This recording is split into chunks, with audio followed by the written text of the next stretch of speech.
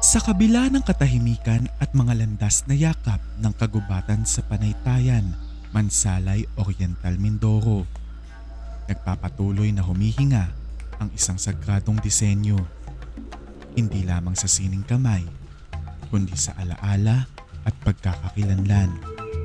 Ito ang tinatawag nilang pakudos, isang simbolo na matagal nang kinikilalang pamana, ngunit sa likod ng mga linya at hugis nito, may mga kwentong hindi na naisasalin sa bagong henerasyon ng mga hanunuo mangyan. Bagamat ipinapakita ito sa kanilang damit, ramit bag, iilang libro at sa mga museo, hindi ito sapat para mas makilala ang pakudos ng hanunuo mangyan. Ano nga ba ang kwento ng pakudos para sa mga mamamayan ng Mansalay?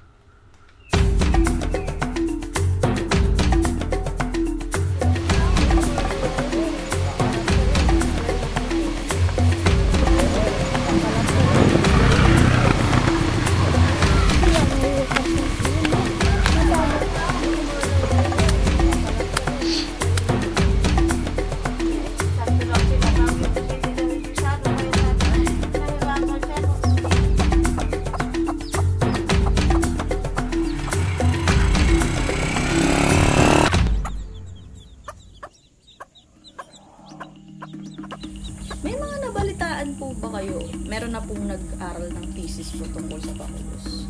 Yung pakudos itself ay wala. Ito talaga yung integral part ng culture. Lagi mo siyang mababasa sa lahat ng thesis kasi nga yan ang symbol ng mga yan. Bakit po kaya hindi pinapalawak yung ano? Siguro, mag-encounter nyo yung dead end kasi kapag nagtanong kayo.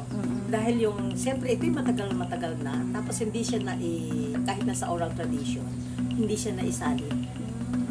Hindi siya naisalin hanggang, alam lang ng mga mangyan na, ito, amin, ito. Yung pakudos, krus yan. Doon na lang sa pagsasaka, pag magsimula ka pa lang magkaingin, dapat yung tanda, yung pagtatandaan nga yung kaingin. Yung kung hanggang saan lang po. Saan, lagyan mo lang po. Para lahat mga mahasamang espiritu at yung mga insekto na laban sa iyong panin ay maalis yun. Ganun kalalim ang paniniwala sa krus. Para saan po talaga ang pakudos po?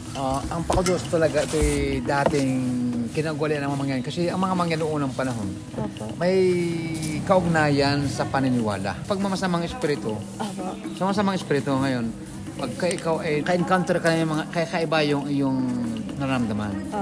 So magtanda ka lang sa amin ng pakudos. Sa mga tungko ng kalan, doon uling, lagyan ka ng krus sa noo. Yan. Tapos takot na dyan ang mga multo. Kahit nung hindi pa po kayo nabibinyagan? Walang paniniwala. Dati na yung kultura pa ng mga kasubo sa kultura.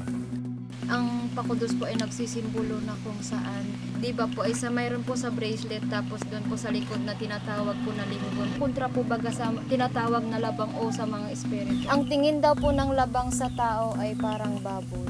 So malalaki po sila, kunyari, kung ang tao hanggang dito, mas malaki po Yes sila. po, parang kagaya daw po ng higante. Na-describe lang po ng manggagamot. Maitim na mahaba ang buhok, na may kasamang dalang pampana, tapos malaki yung paa, mahaba ang kuko.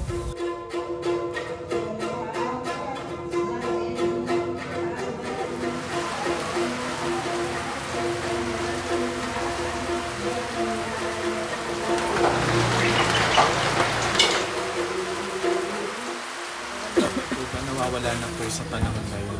Parang nawawala na kasi iba na ang kabataan ngayon eh.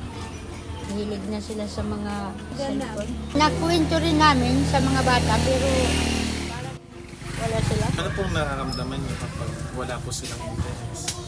Ang nararamdaman ko sa kanila, bakit iwawala? Kasi sila ay tunay na mangyan. Sayang.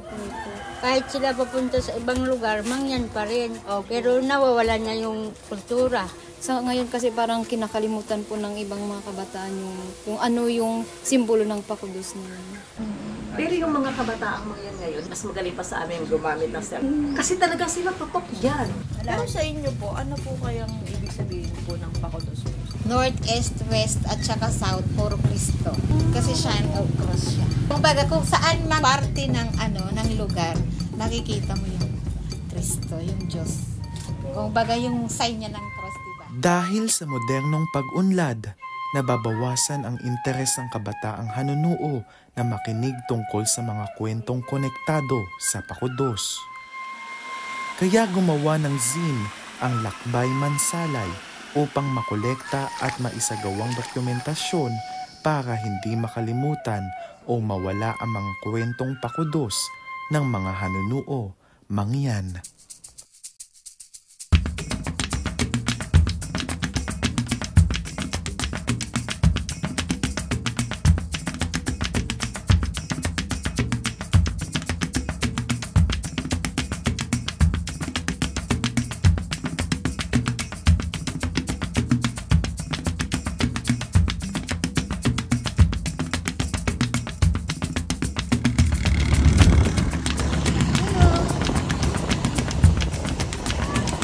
Lumusong ang aming team.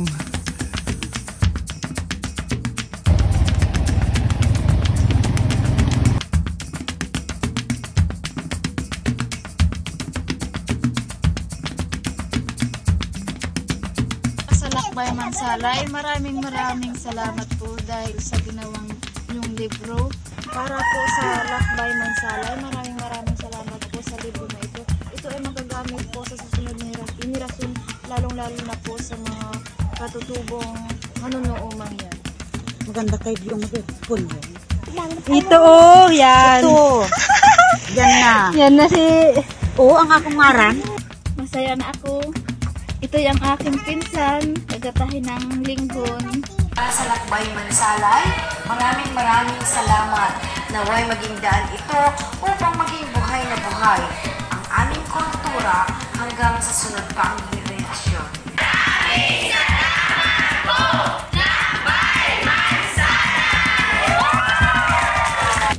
Pero the presentation, the different forms, I was even surprised na na-capture ninyo yung iba't iba pang forms ng Pakudos and the modern versions. Because when I was growing up, I usually see only the traditional versions. No? Basically, it's a good presentation. Now, kasi ako, I'm also the current president of the Mangyan Heritage Center. We are also into publishing books like that, pero we look for sponsors. In fact, I would love to bring your material to Frankfurt, Germany, because this October, I'll be joining a book fair in Frankfurt, Germany.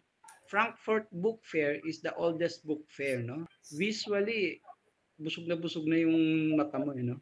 Kasi it's alive, no? And you are able to show that it is still being practiced even at this modern time. So keep in touch. The work is good. You know, your book really is like a novelty gift.